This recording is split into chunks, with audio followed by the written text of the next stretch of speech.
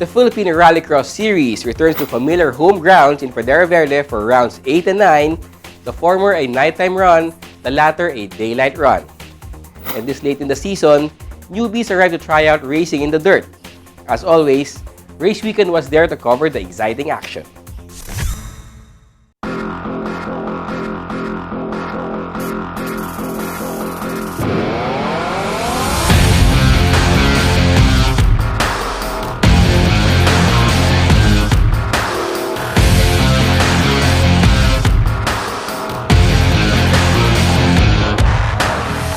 We're back at the Pradera Verde for rounds 8 and 9 of the 2019 Philippine Rallycross Series.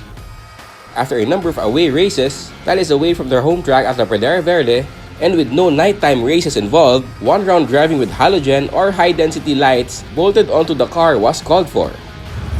So round 8, we had the night round here last night. We had about half of our competitors who are adventurous enough to run the night stage in clay mud last night. We made a shorter track yesterday for round 8, no? But the times of the racers were just about the same, even though we shortened the track. The clay mud yesterday, no, was very tough for all the racers to run, no? But they really enjoyed. It was a different experience for all of them.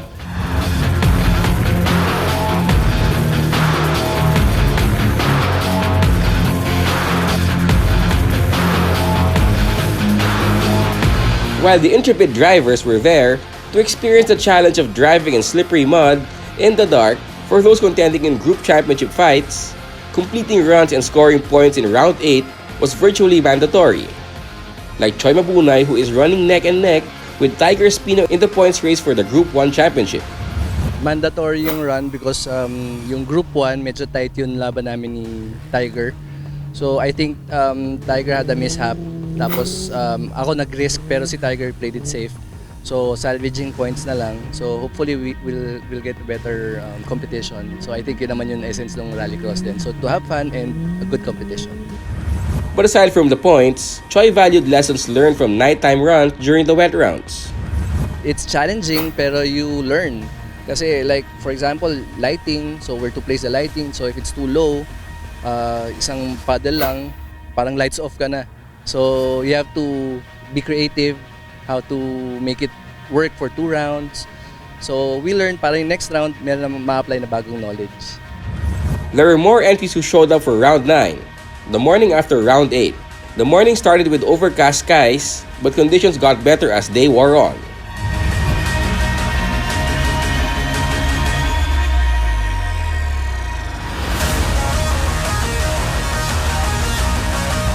Today, we have a good weather. We started out the day with a nice sun. The track's kind of drying up, but it's still gloomy, and we're still hoping that the track will remain the same. The difference with the night track is just we just reversed it. The surface is much better today. These guys are running a lot faster compared to last night. It was up to the drivers to take advantage of the better conditions to improve their first runs. PHR's regulations give racers 3 opportunities to set good times around the course, with their best 2 added to get their overall times. This is especially important for the contenders for championships. Choi and Tiger were tied in our round 7 Cavite series. No? Both come in with 166 points. And last night, these guys both competed. No? And Choi got the better half of him last night, and today they're still battling for the top spot. Unfortunately, we don't have our champion from last year, no, Monde Mapilis, couldn't make it for 8 and 9 round, and this really is for groups round in 2 and 3. It really changes and opens up doors for the other new drivers or the other competitors who are battling for the AAP championship and the wheels for Group 2. Also heating up is the drivers from Group 4 and Open class. Aside from contenders for championships and those who regularly show up for the Rallycross rounds, more and more newbies are showing up, especially those driving pickups and other utility vehicles. We're getting a lot of pickups from different manufacturers now. But these guys are privately run. You know? We have a Toyota Hilux running in our racetrack and a Ford Ranger Wild Track. And to Isuzu also. So, you know, the battle for the UV is also heating up.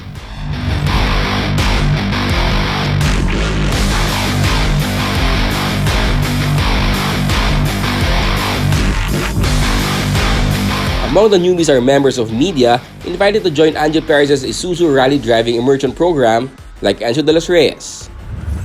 Actually, I didn't know that I was going to join a race. I thought it was just an immersion of rally driving immersion program. I thought I'm just gonna do a slow paced race, but Sir Anjo Perez, he organized the program, and he made us join the UV class of this Philippine Rallycross. I felt the competition and it was very competitive. I did my best and I enjoyed, and I want to do it again. Another driver reveling in the challenges of Round 9 at the Pradera Verde is a relative newbie in his first year doing Rallycross. Martin Esteban's first Rallycross stint was on a Volkswagen. Now he competes in a Jimny and a Corolla. It's a great experience na makasama kayo ulit today, and sobrang nakaka-enjoy na mag-join ng UV class, and hopefully ma-testing pa natin yung isang auto na bibinyagan natin. Iba-ibang kotse kasi, iba-ibang driving technique yung kailangan. No? So nag-start ako ng Volkswagen, rear siya, medyo madulas. Then dito sa Jimny parang mas madali siya i-drive kasi 4-wheel drive, and hopefully matesting natin yung isa na front wheel. Late in the season, Rallycross continues to attract stars from other motorsports disciplines who compete in cement or asphalt surfaces like David Feliciano. First of all, thank you for you're all here again, and I think the track is very muddy, so we are trying to do our best. But you know what? Okay lang yan. I think we are all getting better as the day progress. All we have to do is just bring your best bakal.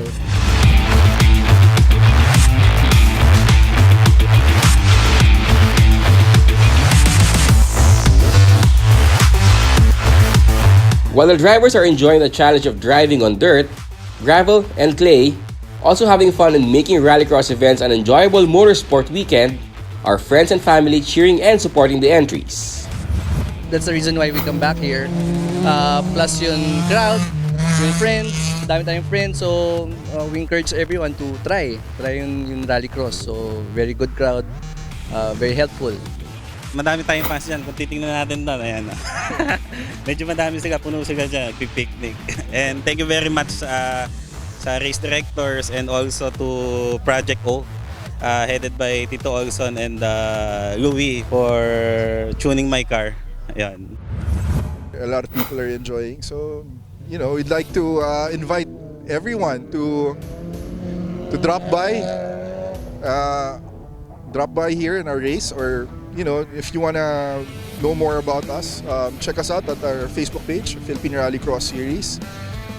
It's a picnic atmosphere here. Everyone's friendly. You know, we'll help you out if you want to get your feet a bit wet and try out our series.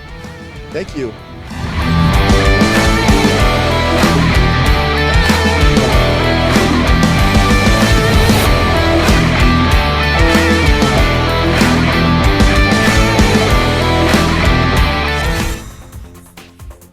We're at that time of the year when stormy weather makes racing more exciting and the results more unpredictable, which only makes it more fun to come and watch the races. And for those who can't make it to the race venues, Race Weekend will be there to cover the event for our loyal viewers.